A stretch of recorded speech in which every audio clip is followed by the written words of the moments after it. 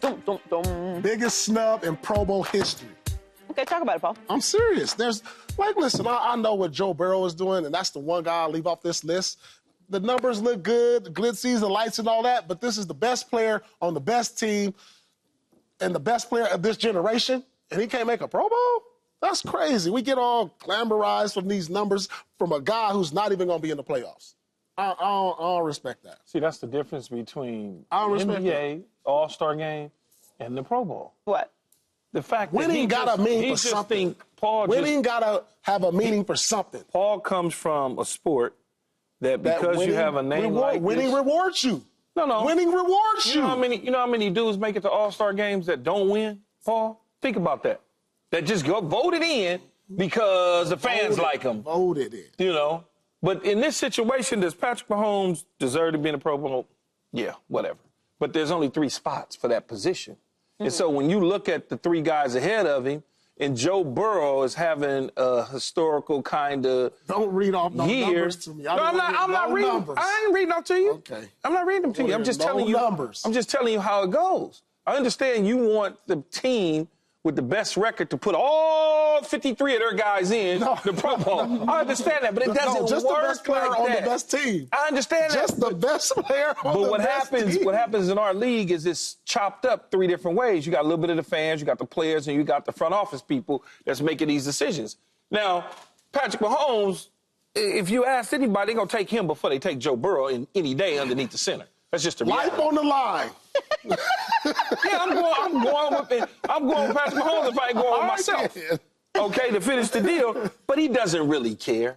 Think about that. I know Paul is a selfish individual that cares about individual accolades. All Joe Burrow, all Patrick Mahomes care about is winning the Super Bowl and getting back to the Super Bowl. The Pro Bowl right now, it's what is it, fun? It's like going to a carnival. They're going to play a bunch of games, and that's really it. It's not like the old Pro Bowl after the Super Bowl, which I wish they put it back in Hawaii and they do it the same way it used to be.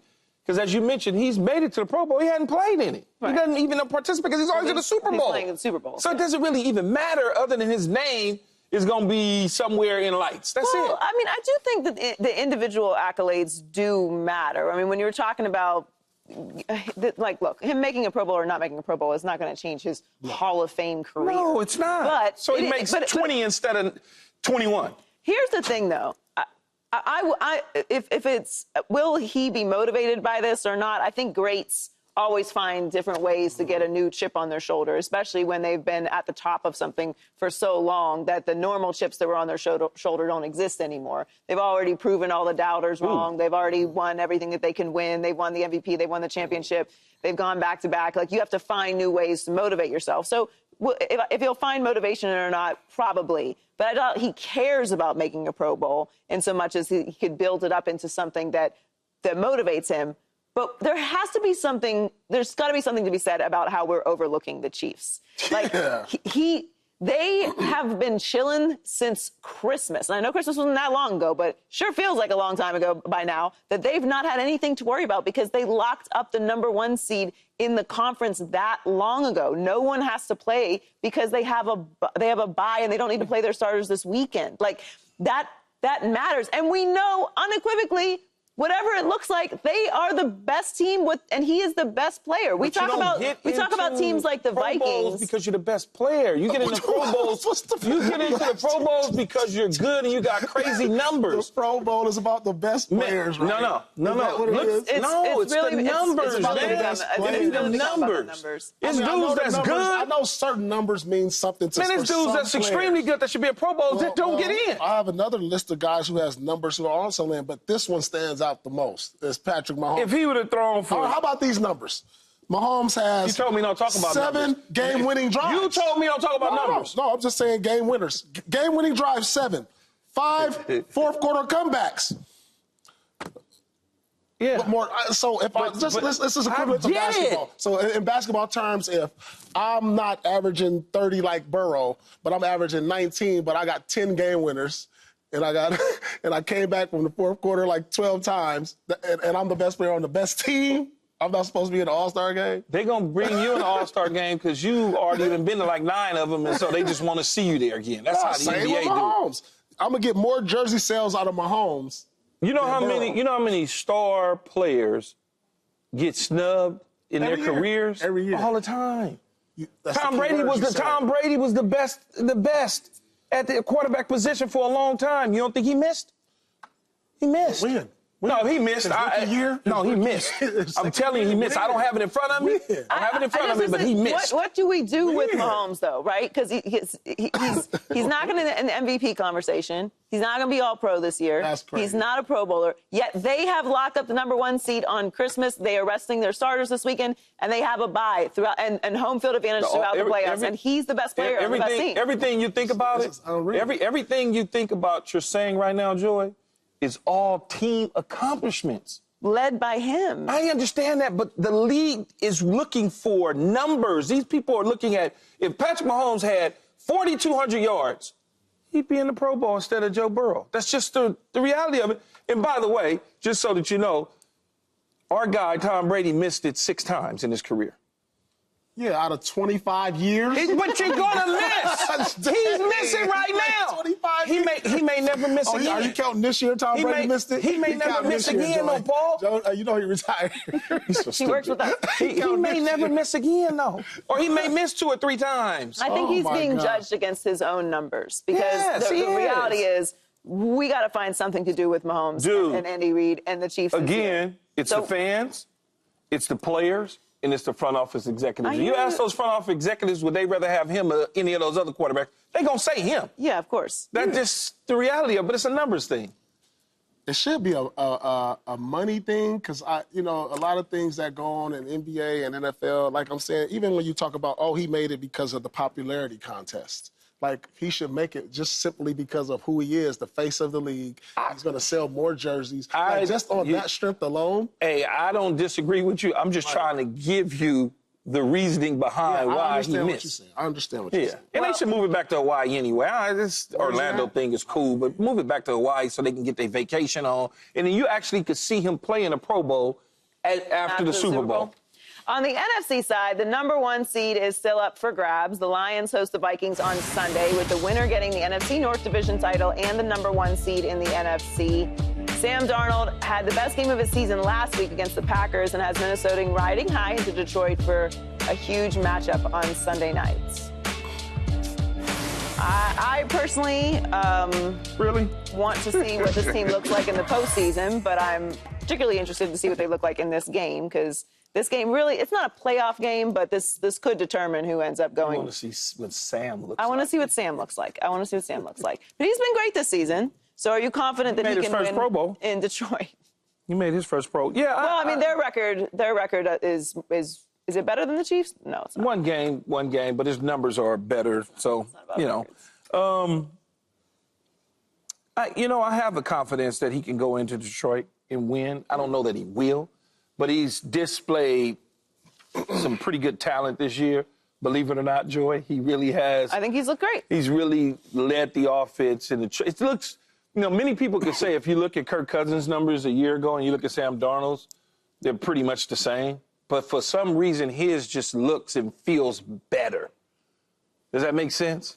Just what he's doing just looks and feels better. Whoa. Oh, God, this kid here. Oh, God. It's his ability to rally his teammates around him when things aren't going well. All of a sudden, you see the head coach on the sideline just giving him instructions on how to lead the huddle and him going into the huddle and leading it. I mean, it's just totally different.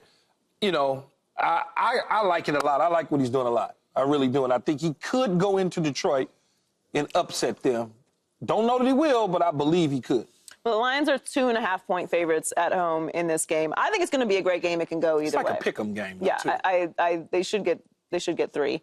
So it is about a pick 'em. The Vikings are a great regular season team. They've played great football this year. The Lions are a little wounded, but it is at home. So I'm not really sure which way this game is going to go. I don't feel strong predicting either side of this because there's arguments you could make either way. I do think, though, that they can win in Detroit. The way that they played, the way their defense has played this year, and the way that Sam Darnold has played this year. I'm still waiting my final determination in the postseason. But as far as how they played this year, certainly they can go to Detroit and get a win.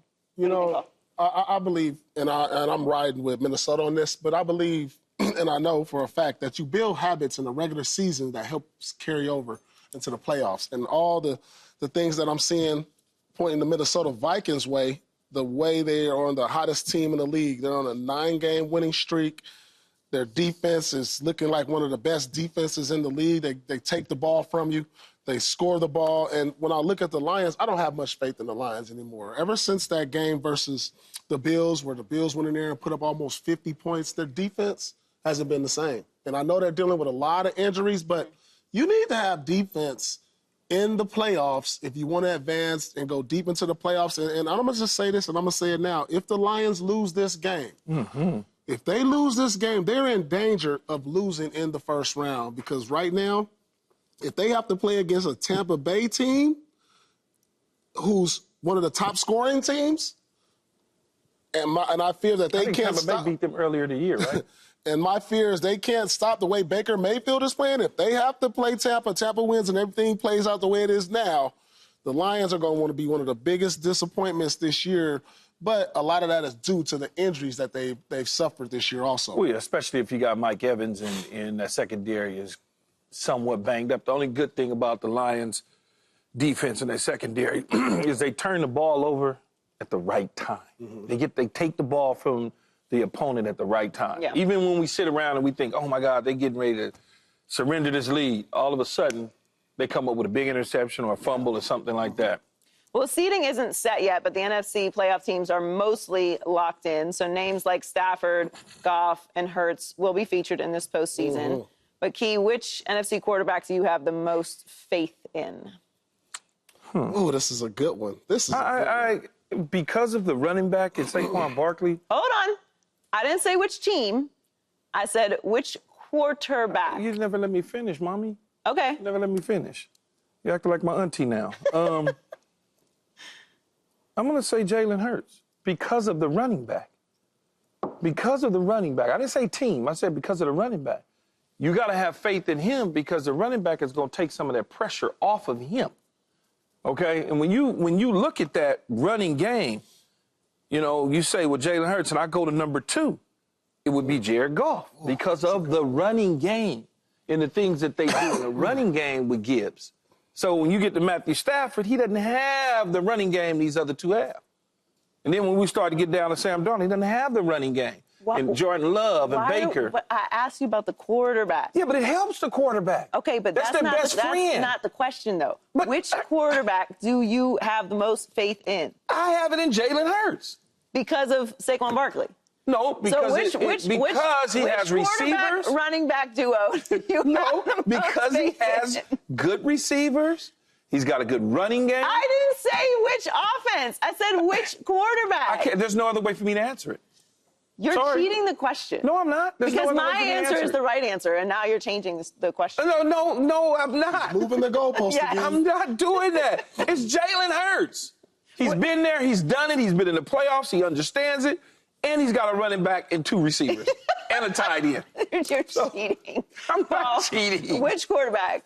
Well, being that there's only one quarterback, I believe, in the NFC who's won a Super Bowl. Correct.